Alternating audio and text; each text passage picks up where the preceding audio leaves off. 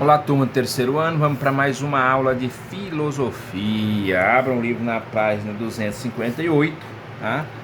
E vamos ver bem no finalzinho da página 258, né? Tem assim, formas de governo, tá? Isso ainda na visão platônica, de quais são as formas de governo que a gente pode ter, tá? Então vamos lá.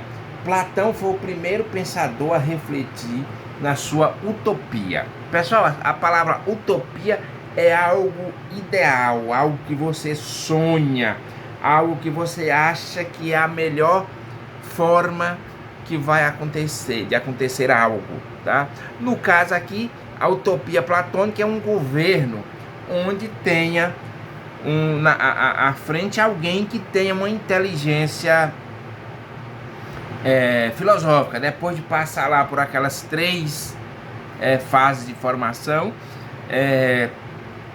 onde o Platão deixa claro, né? Quando nós vimos lá na aula passada, onde tem aí as três até os 20 anos, depois 10 anos mais para ser 20 anos, até 20 anos de formação, a pessoa fazer aquela seleção e saber aqueles que vão ser os trabalhadores braçais, 10 anos a mais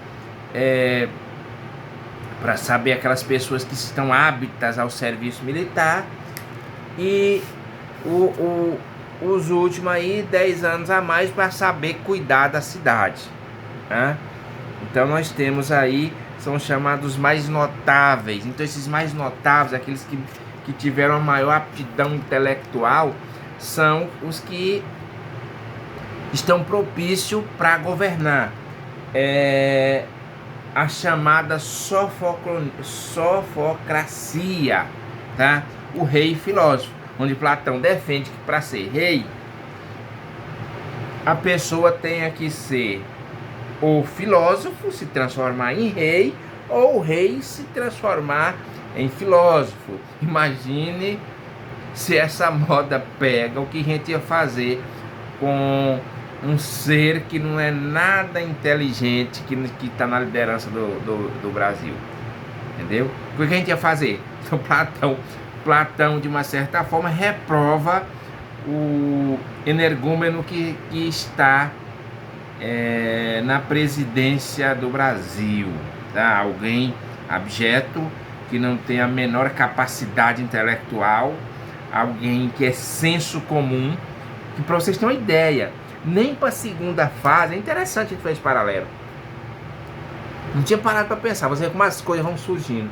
Se fosse no Platão reprovaria tanto o atual presidente do Brasil, porque ele não chegou a servir nem para a segunda etapa.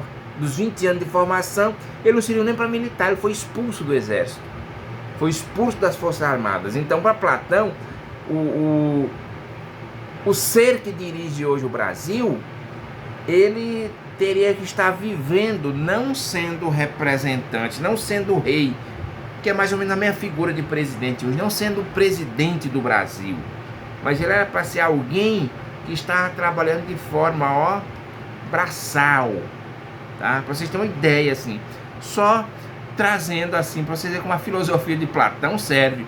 Ou seja, hoje nós temos como liderança de uma das maiores nações do mundo, de todo sentido, de importância, de tamanho, de economia, de número de pessoas, de habitantes. Nós temos alguém que na prova de Platão foi reprovado na primeira fase. Aliás, ele só servia para a primeira fase. Ou seja, para a primeira fase até os 20 anos, todo mundo desficava. Aí tinha a primeira seleção. Então ele foi desclassificado na primeira seleção.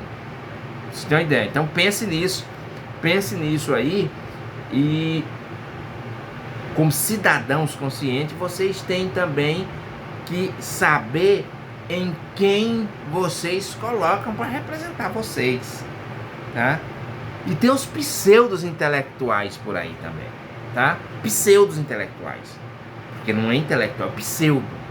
A gente tem que ter muito cuidado também, que são os sofistas, que são criticados por Platão, tá bom? Então aqui a gente vê que nessa questão aí do rei filósofo, o sofista era aquelas pessoas que mentiam muito, coincidência, né? Em Curimatá não tem ninguém que mente muito.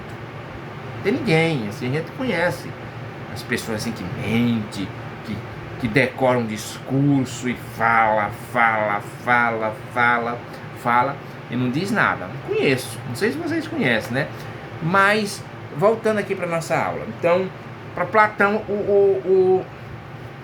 a utopia dele seria alguém sábio. Um sábio. Não é pseudo-sábio, tá? Para ser o representante.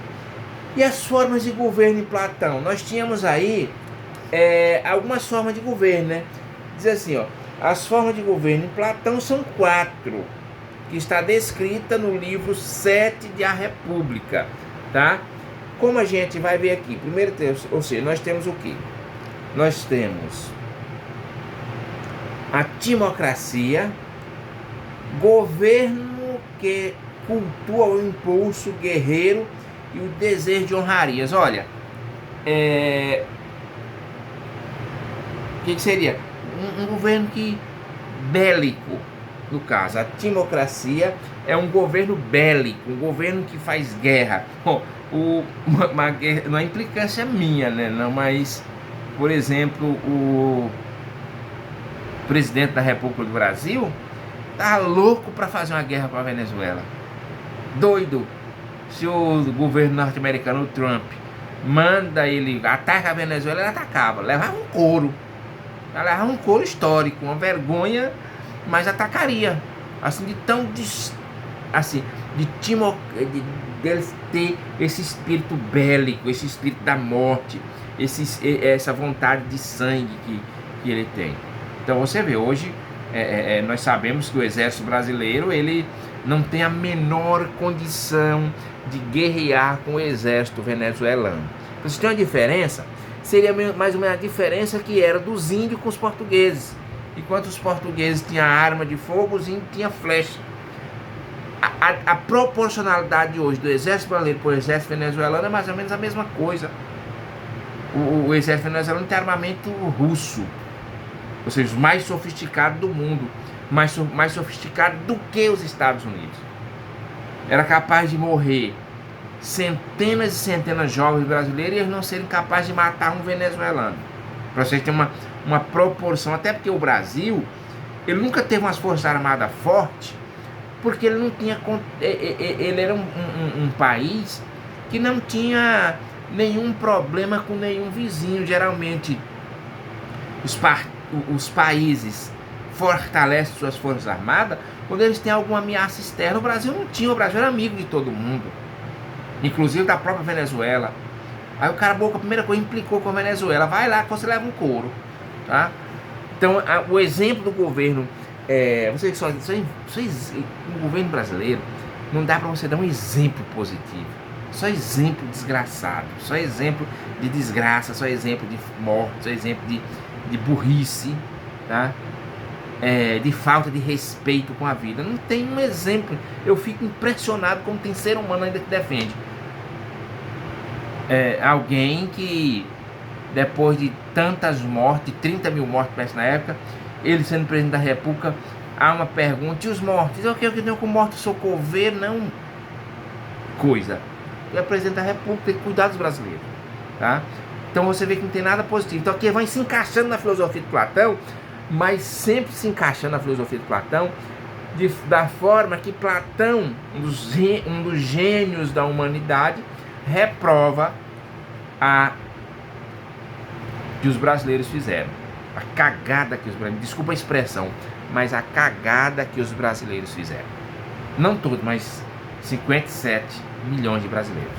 Muitos iguais a ele, mas outros foram iludidos. E ignorantes, por ignorância também. Aí nós temos também uma outra forma, a oligarquia. Essa é um termo muito utilizado. Governo, poder exercido pelos mais ricos. Não é possível. Outro que dá certinho. Você vê aí, ó, o que aconteceu com o arroz, vocês sabem. Um tema atual, vamos pegar um tema atual. O que aconteceu com o arroz brasileiro? Foi por causa do auxílio emergencial. Não. Não foi por causa do auxílio emergencial. Foi para pessoas ganhar dinheiro. O que aconteceu? Quanto é que está o dólar hoje? O dólar está 5 alguma coisa. Então, o Brasil é um dos grandes produtores de arroz. Se eu não me engano, ele está entre os 10 maiores produtores de arroz. E ele tem uma produção autossuficiente. Mas, no entanto, como o dólar subiu e alimento nessa pandemia aumentou o consumo, até porque as pessoas estão em casa, então esses produtos básicos, eles venderam muito mesmo. E todo o arroz brasileiro foi importado, aliás, exportado para fora. Assim como a carne, assim como a soja, o óleo de soja, assim como o feijão. Então não vai ser só o arroz está sendo agora, mas a tendência, segundo os economistas, é que haja uma inflação no preço maior, no preço dos alimentos. E vocês estão vendo, né, o pacote de arroz, ele é R$30. Há um mês atrás era 18, 20 do mais caro, 22, 23, não sei. E houve esse boom. Por quê? Porque faltou alimento, só faltou o arroz no mercado. Mas vai faltar a carne, vai faltar o feijão, vai faltar... Então nós estamos sendo preparados para... Temos que se preparar para volta da fome no Brasil. Tá? Por quê? Porque foi um governo voltado para os ricos. Os ricos produziram do agronegócio. Houve o desincentivo da chamada agricultura familiar, que vocês não sabem, mas 70% do que a gente consome não vem do agronegócio e vem da agricultura familiar. Tá? Essa agricultura familiar não teve condições de produzir. O que se produz no Brasil é soja. Soja não é alimento básico. Ninguém come soja. A gente consome derivado, mas soja ninguém come. Então estão produzindo mais soja, porque é mais fácil para vender, porque os outros países produzem o que ele come, que é básico, tá? A China produz seu arroz, os Estados Unidos produzem seu milho, e a soja, que é um tipo de alimento complementar, ele não é o foco dele, não é produzir soja. Então o Brasil está produzindo muita soja e deixando de produzir outros alimentos básicos como o arroz. E faltou arroz no mercado. Aí vem a genialidade da equipe econômica do Paulo Guedes, que para muitos aí aplaudem, que é um cara que conhece, mas ele está nem se ligando para pobre, por isso oligarca. Então ele está nem ligando para pobre. Então o que ele faz? Ele vendeu arroz para os grandes produtores de arroz, o pessoal do agronegócio, vendeu arroz com dólar, porque o arroz, o alimento estava saindo muito, então vendeu praticamente todo o arroz brasileiro, e agora ele baixou, ele zerou a tarifa de importação do arroz para trazer arroz de fora. Mas só que você compra o arroz lá fora no preço do dólar. O dólar está quase R$6. Você imagine quanto é que vai chegar esse arroz aqui pra gente. Entendeu? Então os preços não vão baixar. Por quê? Porque o governo é voltado para rico. Um governo de oligarquia. Basta ver que ele tem lá os filhos dele, do presidente, todos têm um cargo público. E se ele pudesse, só eles governavam. Então um governo oligárquico. Continuando. Aí tem democracia, poder atribuído ao povo, entendido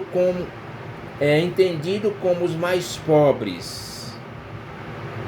Para Platão, a forma democrática de governo prevalece a demagogia, característica do político que manipula e engana, pois o povo é considerado incapaz de adquirir a ciência política. Gente, eu sempre falo para vocês, já falo para vocês desde o primeiro ano, pessoal, pelo amor de Deus, vocês têm que gostar de política, não é ser candidato, é interagir com os fatos, conhecer como funcionam as coisas. Outro dia eu tenho vergonha alheia. Sabe o que é isso? A pessoa fala uma bestagem muito grande que você fica com vergonha. Outro dia eu cheguei, um professor em determinado lugar, eu sou apolítico, eu não gosto de política. Energúmeno, pelo amor de Deus, eu sou um professor. Como é que tu vem dizer uma história dessa? Como é que tu diz que não gosta de política? Me explica isso. Faz-me entender que eu sou muito burro. Eu não consigo entender como alguém que diz que estudou, é formador de opinião e não gosta de política.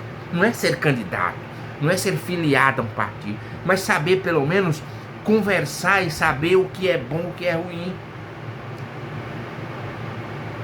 Entendeu? Então você vê que Platão, ele já coloca essa importância. Ou seja, então o grande problema da democracia, para Platão, mesmo assim ele considera ainda a melhor forma de governo, é que ela vai dar chance aos demagogos. Por matar não tem ninguém demagogo. Alguém que diz que ia ser um novo homem não é demagogo, imagina. Alguém que prometia encantar serpente também não é demagogo. Então esse era o perigo da democracia, era surgir essas figuras. Então vamos lá. E por último aí dos governos é o tirano. É a antítese do o tirano é a antítese do magistrado. Isso é o contrário. O tirano é o cara que fala em que homenageia torturador. Quem é? O presidente da República do Brasil. Homenageou o brilhante Ustra. Sabe quem é Ustra? Os caras que colocavam rato na vagina das mulheres, torturando. Colocava barata na vagina das mulheres. Levava os filhos dessas presas políticas para ser estuprado, para a mãe ser estuprada na frente de crianças. Para bater, para matar essas mães na frente dos filhos. Então esse era a pessoa que o energúmeno que está na presidência do Brasil defendia. Então é um cara tirano, ele é a antítese do sábio. Porque o sábio, ele vai estar sempre defendendo a vida e não a morte, não a tortura, não a barbárie. Pra vocês terem uma ideia. Então, pessoal, é uma questão. Vocês estão sendo lançados na vida. Cuidado com as coisas. Cuidado com as escolhas. Cuidado com as opções que vocês fazem. Vocês têm que ser sábio, como Platão defendia. E não nem sofista, aquele mentiroso compulsivo, e nem tirano, como é o presidente do Brasil. Eu espero que ninguém mais dessa turma defenda aquele energúmeno, depois de tudo que ele tem feito com o Brasil. E a tendência é cada vez mais piorar a situação do Brasil. Agora a fome está voltando. Ou vocês acham que alguém, a maioria das pessoas vai ter condição de comer carne a R$30 o quilo? E existia uma lei, não é invenção, não é que ele não tem culpa, tem sim. Existia uma lei da segurança alimentar, que ele, como presidente, ele tinha a obrigação que ele não podia ter deixado sair todo o alimento produzido no Brasil. Ele tem 200 milhões de habitantes para dar comida, e ele teria que ter, utilizando a lei da segurança alimentar, e tem mecanismo para isso, ele devia ter evitado que a carne nossa fosse vendida, que o feijão nosso fosse vendido todo, que o arroz fosse vendido todo. Entenderam? Então, boa sorte, boa aula e até a próxima. Eu queria que vocês fizessem um relato aí desses 3 tipos de governo, tá? Desses 3 tipos de governo de Platão, 3 não 4, esses 4 tipos de governo de Platão, e enviasse para mim no WhatsApp esse relato, um resumo, pequeno resumo, para servir de atividade dessa aula. Tá ok, pessoal? Até a próxima aula e bons estudos.